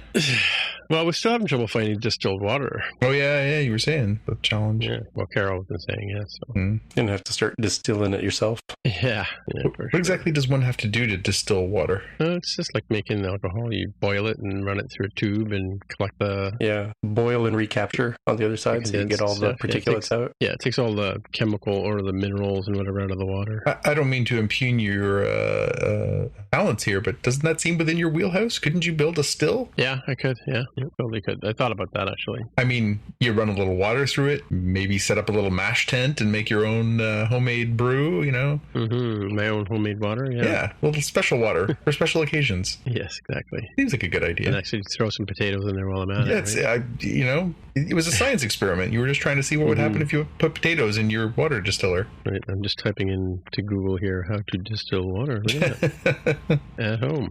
Might have to do Fast forward 3 days to my mother saying, "I can't believe you talked him into building a damn still in our house." Yeah. It seemed like a good idea. Yeah. Mm-hmm. Interesting. What could go wrong? Yeah. Exactly. Doesn't the still explode on mash at one point? Yeah, it could. Yeah. Maybe build it in the back shed. Yeah, maybe. No, actually, they're just showing how to do it with a big pot and a bowl. Look at that. Seems easy. You don't need to have the wire coil, you know. But it looks cool. Huh? But it looks cool. Yeah. Well, this first way is just you have a big pot with a rack so that the bowl doesn't sit on the bottom. You fill the pot up with water. You put a bowl in, then you put a screen over top, and then you boil water. And as it cools, you put ice on top of it to cool it. And as it cools, it falls back into the bowl, and then you just take the bowl out and you get water. See, I saved you a trip to the Shoppers Drug Mart. Yeah. Interesting. That's the first way. Second way is actually the sort of more physicsy way of doing it. Well, that's usually way more fun. Yeah, where you boil it and you catch the vapor. That looks pretty simple. That doesn't sound at all like Famous Last Words. It's perfectly simple. Oh, the other way is just let it sit for 2 days and catch rainwater outside and just let it sit for a couple of days. Yeah, what's the term I'm looking for? Canada. That's what I'm looking for. Rainwater is not a thing anymore. Yeah, but we have snow. You can melt snow, right? But I thought you were supposed to catch the rainwater. Well, you can catch snow. Snow is rain that's frozen. What? This is the first I'm hearing of it. It is. Why do you think the dog likes to go outside and eat the snow? He likes cold water. He's an idiot. That goes without saying. Yeah. My dog, the idiot. He's a very special boy. Mm-hmm. He is. Yeah, this totally looks doable. But I mean, you don't drink distilled water. It's pretty much. I mean, I've never really thought about drinking it, but you know. All right, but I think it's all gone wrong when you start making your own home toilet paper. That's true. That's true. I don't know what's happening in our neighborhood, but all the birch trees have gone foul. Foul? Pulling all the birch bark off and using it for toilet paper. Oh, hardy har. Hey, I was a Boy Scout. Yeah. You learn to make do. Yep, for sure. All right, folks, I think I'm going to watch an episode of Umbrella Academy. Okay. That's where I pack it in. Sounds like a plan. For the evening. And we've been recording for 2 hours, so there you go. There you go. All right, folks. All right. Talk to you later. Talk next week, guys. Talk to you later. Bye. Bye. Say hello to your viral era. With Planoly, creators grew their social following by 6 times in just 3 months. Planoly is the only social planning tool you'll need to get inspired, stay organized, and level up your content. And now you can auto-post across Instagram, TikTok, Facebook, YouTube, LinkedIn, X, and Pinterest. Try it free for 7 days at Planoly.com. That's Planoly.com. And for a limited time only, use code CHEERS40 for 40% off all annual plans. Our best deal ever.